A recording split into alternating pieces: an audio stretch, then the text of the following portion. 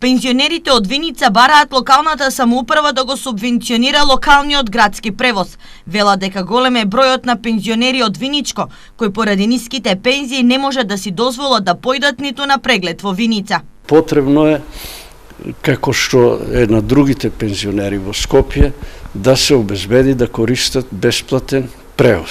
Сега сме во договор со општината, со градоначалникот, нешто и на тој поглед да се учине. Дека е потребно пензионерите да добијат субвенциониран превоз, потврдуваат и од општината.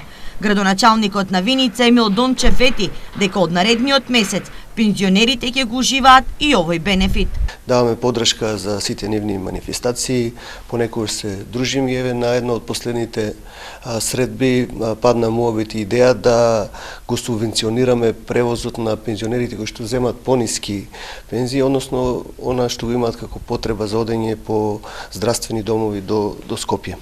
Моментално го разгледуваме и работиме на моделот како целата работа да ја изведеме и јас се надевам дека веќе од март месец ќе почнеме со субвенционирање на превозот.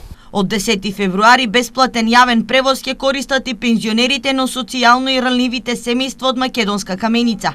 Бесплатниот превоз ќе го користат во петок, кога и пазарен ден во општина Македонска Каменица. Веќе е направен возниот ред за жителите од руралните средини. Општина Македонска Каменица за реализација на проектот бесплатен јавен превоз набави 2 нови комби возила, кои ќе ги користат и останатите институции во општината за потребите на учениците, спортистите, како и за децата од детските градинки.